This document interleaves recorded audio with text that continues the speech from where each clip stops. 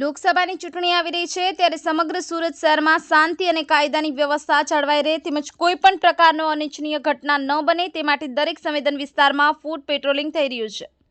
ત્યારે સુરતના બેસ્તાન વિસ્તારમાં પીઆઈ એચ.એમ. ગઢવી દ્વારા ફૂટ પેટ્રોલિંગ કરવામાં આવ્યું। તે સ્થાન વિસ્તારમાં આવાસ પાસે સ્લમ અને ઇન્ડસ્ટ્રીયલ રેસિડેન્શિયલ એરિયામાં કાયદોની વ્યવસ્થા જળવાઈ રહે તે માટે પોલીસનો કાફલો વેસ્ટર્ન રેન્જ સ્ટાફના માણસો અને પીસીઆર વેન સાથે લાંબી કતારોમાં ફૂટ પેટ્રોલિંગ કરવામાં આવ્યું।